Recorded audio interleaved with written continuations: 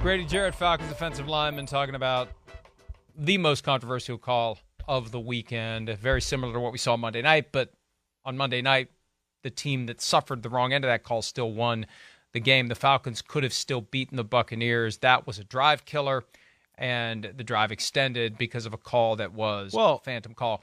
Well, let me just piggyback off that just a little too. And on Monday night, we saw Patrick Mahomes get sacked the same way Tom Brady did. That's coming up as we begin after further review. But before we get to that, there's some news. The owners meet next week in New York. The Associated Press reported yesterday that roughing the passer will be discussed there. It's not like they're going to change anything. They never change rules during the season because they believe that each season is a self-contained unit, and if you start changing the rules on the fly, it undermines the integrity of the game. And in theory, I agree with that. The reality is they've done things like that. They've changed the emphasis on the fly before. They're not expected to adopt replay review in the offseason for roughing the passer, despite a very strong push for it. And, you know, the reason is, Chris, the horrible experiment with replay review of pass interference in 2019, where the idea was right, but the execution was horrible.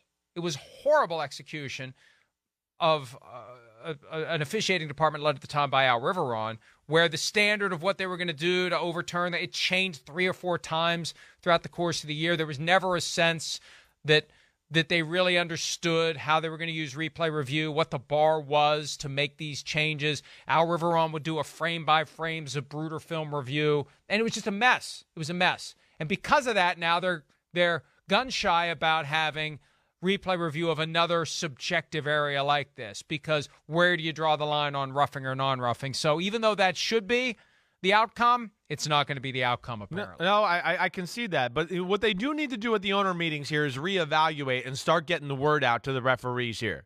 We got common sense. I'm going to lean on what Patrick Mahomes said a little yesterday. Got to have a little common sense here. It's football. It's unrealistic. I'm drooling and I'm mad. I get mad at this subject right now because I don't like it.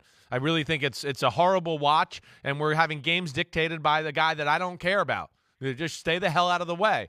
But they got to do something and relay the message, too, here, the referees, right? A little more common sense, you know, and then explain the standard again here.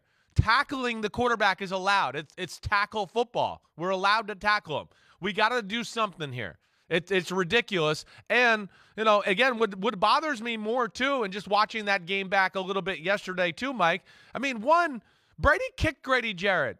2, Brady kicked Grady Jarrett earlier in the game, too, when he got tackled by him. And he's allowed to do whatever he wants. Kick the guy in the balls twice a game. No problem. You're Tom. But if they tackle you too hard, we're going to call the penalty. This is not even the worst one. I think it was maybe third quarter, first quarter? I can't remember. They were going the other direction. Either way, you've seen the tape. But yeah, this is just unacceptable. It's truly unacceptable. And you're chopping a leg out again of like one of the greatest weapons a defense has against a quarterback or a good offense is to harass him and tackle him. And that's where I just can't get behind it right now with how the NFL is doing this. Tom Brady has been fined in the past for he should be fined for this. Crotch of a guy. Ed Reed ultimately needed surgery, and he blamed it on getting kicked in the crotch by Tom Brady when he slid at the end of a run in a playoff game a decade ago. But I don't get it. And I understand I'm an emotional guy. That's the same shit we hear all the time. Oops, there it is, 8:17. I'm emotional. Well, there's a point where you have to turn it off. If we expect Devontae Adams to turn it off and not push a guy onto his ass when he's walking in the tunnel, we expect Tom Brady to turn it off and not kick a guy in the balls because he's upset that he got tackled. Guy got tackled. Right. Yeah. Right. So anyway, here's the key language from the rule book. When in doubt about a roughness call or potentially dangerous tactic against the quarterback, the referee should always call roughing the passer. That's where this all traces to. When in doubt, throw the flag.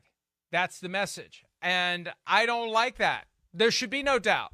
When in doubt, don't. How about only call roughing when you see roughing? Not when in doubt. Change it there. Maybe he landed on it with his full body weight, but I don't know. I have doubt. Well, what the hell? When in doubt, whip it out. Exactly. Right? Yeah. Well, when in doubt, don't whip it out, okay? I think there's, some ex-quarterbacks that would tell you that one too. So don't whip it out, all right? It's not a good thing, all right? All right. No, I didn't mean to inadvertently quote Ted Nugent there. I thought you were talking about Brett Favre. All right. So those lyrics still in my brain. When in doubt, referees, don't whip it out. I think is the song. Free for All by Ted Nugent. Yeah. Keep it in your pants, referees. And I mean the freaking flag, all right? That's right. All right, let's move on. Hi, it's Mike Florio. Thanks for watching PFT on YouTube. Hit subscribe for the latest news and analysis from Pro Football Talk.